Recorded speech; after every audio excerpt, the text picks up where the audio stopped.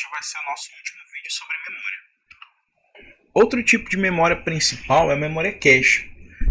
A memória cache ela foi introduzida pela Intel lá nos anos 80, né? Finalzinho dos anos 80 no 486, tá? Só que hoje em dia todo e qualquer processador, Intel ou não Intel, tem memória cache. Por quê? É uma questão de tecnologia mesmo da memória, né? As memórias principais, elas geralmente são mais lentas do que o processador.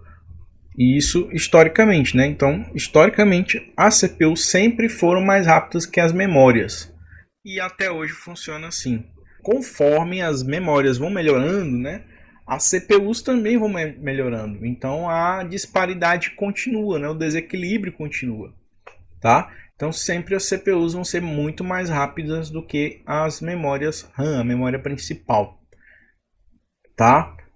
E para reduzir esse gargalo, né, reduzir esse tempo de espera, né, porque assim, um computador sem cache, o que acontece? A CPU vai consultar ou gravar alguma coisa na memória principal e fica esperando pela memória principal. Então ali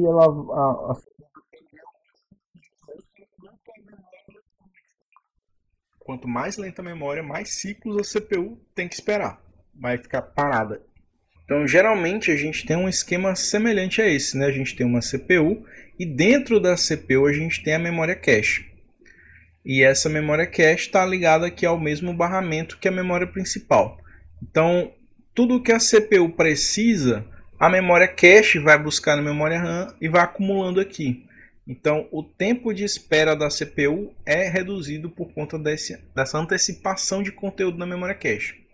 Quanto mais memória cache a gente tiver aqui no processador, menos tempo o processador vai ter que esperar, né, a leitura ou gravação aqui na memória até responder, até receber uma resposta aqui do barramento.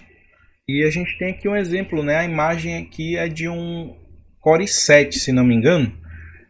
E aqui a gente observa, né, que ele tem um pedaço bem grande dele aqui, né, do circuito dele aqui, do circuito integrado, é memória cache, né? Só que é L3. Então quer dizer que não tem só uma memória cache, aqui a gente tem uma escadinha de memória cache. Os processadores modernos, a gente observa que eles têm mais de um núcleo aqui, né? Os cores, né? Então cada core desse aqui, cada núcleo desse tem lá a sua própria memória cache. Aqui, ó, memória cache, memória cache, memória cache. E eles compartilham uma memória cache maior aqui. Então essa memória cache L3, ela é compartilhada, né? Tá aqui, ó, shared L3 cache. Então ela está compartilhada com os núcleos do processador. E a gente pode observar isso utilizando alguns softwares para fazer a leitura, né, da configuração do computador. Por exemplo, aqui o CPU-Z. Essa aqui é uma imagem da internet. Eu busquei por um Threadripper aqui da AMD, onde a gente observa aqui que tem os 3 níveis de cache, né?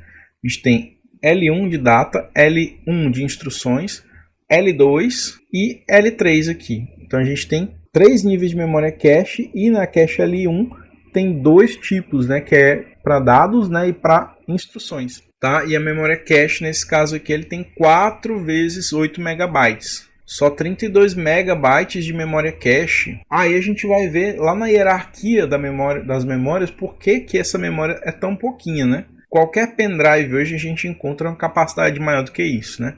Mas a gente vai ver que não se compara a esses tipos de memória.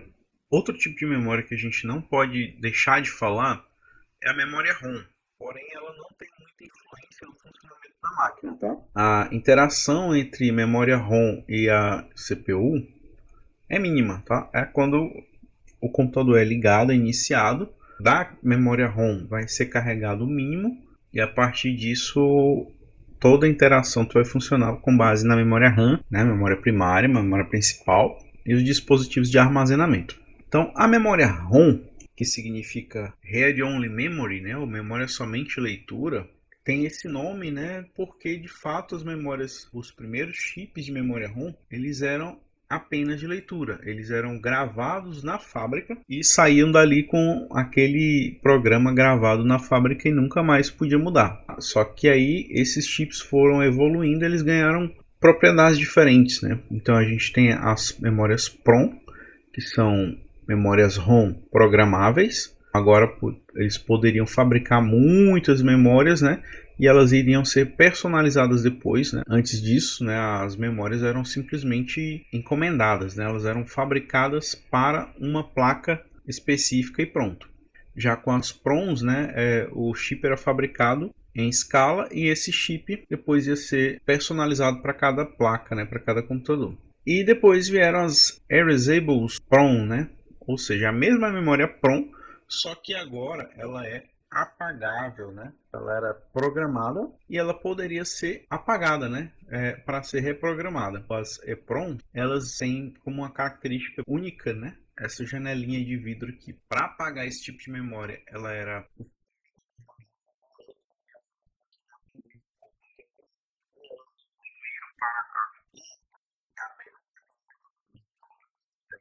só que agora ela é apagável, né? Ela é reprogramável de maneira elétrica. E atualmente a gente utiliza as flash ROMs. Todo computador moderno utiliza uma memória do tipo flash, tá? Pode ser apagada ou alterada com o computador em funcionamento, né? Que é uma prática até comum, né? Quando a gente atualiza BIOS, a gente está fazendo isso ali online, né? Ligado. Flash ROM permite isso.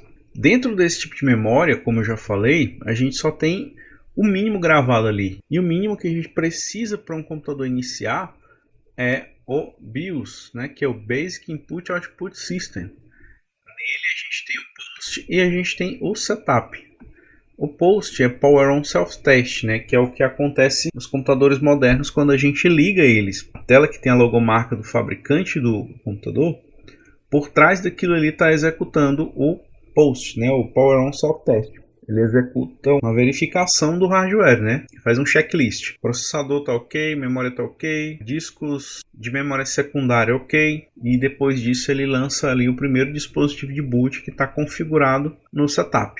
E o setup é como essa placa é configurada, né? A placa mãe do computador. Voltando aqui para o esquema da máquina de von Neumann, a gente observa aqui a gente tem a memória primária, né, a memória principal, e a memória ROM ela não aparece aqui, tá? Porque nesse esqueminha aqui do que von Neumann desenvolveu não existia ainda esse conceito de memória ROM, assim como o processador gráfico que não está aqui, né, o GPU. Mas aqui a gente tem ainda os equipamentos de entrada e saída, tá? Que em alguns autores classificam aqui também nesse grupo as memórias secundárias, tá? Então, memórias secundárias são entendidas como equipamentos de entrada e saída, porque são periféricos que a gente utiliza para armazenar dados de forma permanente. E as memórias secundárias, como eu acabei de falar, né, é o tipo de memória que a gente usa para guardar os arquivos da gente, que a gente utiliza para salvar conteúdo, tá? Seja multimídia ou sejam dados. E a gente tem uma variedade de dispositivos, né? A gente tem hoje os SSDs em formatos diferentes, temos os pendrives, temos ainda os HDs, os drives de CD, DVD e Blu-ray, e ainda temos fitas magnéticas, né?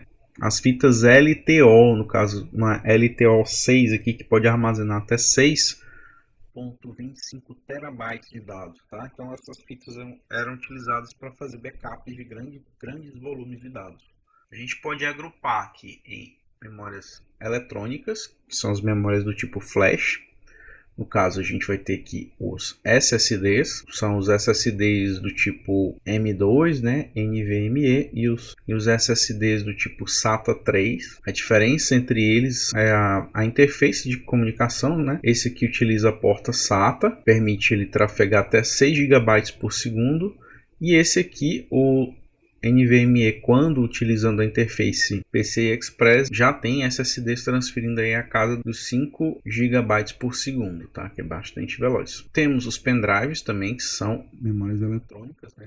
A gente pode chamar isso tudo aqui de memória de estado sólido, tá? Porque o conteúdo é armazenado em chips, tá? Em circuitos integrados do tipo flash. São todas memórias de estado sólido, beleza? Aí a gente vai ter também aqui um grupo dos dispositivos de memória magnética, tá? Como principal aqui a gente tem os HDs, né? São muito comuns, né? A grande maioria dos computadores hoje em dia utiliza essa tecnologia aqui, porque ela atingiu valores razoáveis. Você tem um grande volume de dados aqui para armazenar, geralmente aí 500 GB, 1 terabyte, 4 terabytes, tudo isso num único hard drive, num único HD. Os disquetes, que eu nem coloquei aqui na imagem, que são o funcionamento de uma fita magnética é de as memórias secundárias do tipo ótica, que utilizam de luz, tá, para refletir um disquinho lá para verificar quais são os bits que está gravado nele, tá? Então a gente tem CD, DVD, Blu-ray e drivers externos como esse aqui ou internos como a grande maioria eram, tá? E hoje em dia até é raro encontrar esse tipo de equipamento aqui, tá? Os notebooks atuais raramente vêm com drive de CD, que desses grupos aí a gente tem dois grupos aí que são obsoletos, tá? No caso, as mídias magnéticas e as mídias óticas estão fadadas ao fim, tá? Os que ainda resistem são os HDs, porque eles permitem a gente armazenar um grande volume de dados a um custo razoável, tá? Se comparado com as outras mídias. E o grande motivo para essa obsolescência aqui, tá? São os gargalos que esses dispositivos provocam. Por quê? Hoje em dia os processadores são muito rápidos, né? Atingem frequências altíssimas. E esses dispositivos aqui, a grande maioria deles parou no tempo, né? Não tem mais para onde evoluir. Até por uma questão física, né? As unidades óticas não tem como transferir um volume maior de dados do que elas conseguem transferir até hoje. Fita magnética é muito lento. Os HDs ainda são um bom meio de armazenamento, mas eles são um gargalo no desempenho de um computador, tá?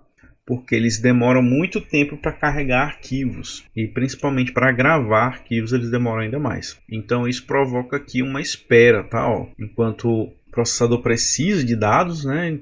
Esses dados são transferidos direto para a memória primária. Ou a memória principal vai ficar esperando o conteúdo de uma memória secundária carregar. Então isso torna um computador lento, tá?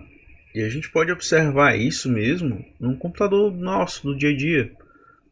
Se você utiliza um computador que tem um HD e tem instalado nesse HD o seu sistema operacional, por exemplo, o Windows, principalmente o Windows 10, você vai perceber que assim que você liga o computador, ele passa ali de 10 a 15 minutos carregando coisas. Depois que ele passa todo esse período é que vai diminuir ali a atividade do HD e o computador parece que começa a ficar mais rápido. Mas simplesmente porque tem um gargalo aqui. Quando você liga o computador, o sistema operacional e uma porção de outros arquivos vão sendo carregados da memória lenta, né, da memória secundária, para a memória principal. E isso na inicialização é um grande gargalo, tá? Então, por isso é interessante, né, trocar os HDs aqui por SSDs, que o ganho de performance é enorme. O computador antigo fica parecendo um computador novo. E a gente tem também aqui a hierarquia das memórias, tá? Essa hierarquia das memórias, a gente vai ter aqui uma classificação quanto à velocidade e custo dessas memórias, tá? Então, quanto mais para o topo da pirâmide, mais rápida elas são, né? Menor o tempo de acesso e maior o custo delas, né? Internamente a CPU, a gente vai ter memória cache e os registradores. Os registradores são o tipo mais rápido de memória, porque eles precisam funcionar na mesma frequência da CPU. Então aqui a gente tem os tamanhos, né, na casa dos bytes de memória. Aqui a gente já chega na casa dos kilobytes e megabytes de memória cache. Os níveis mais próximos ao processador. E a cache L3 está ali dos 3 aos 30 e tantos megabytes, né? Depende do modelo de processador.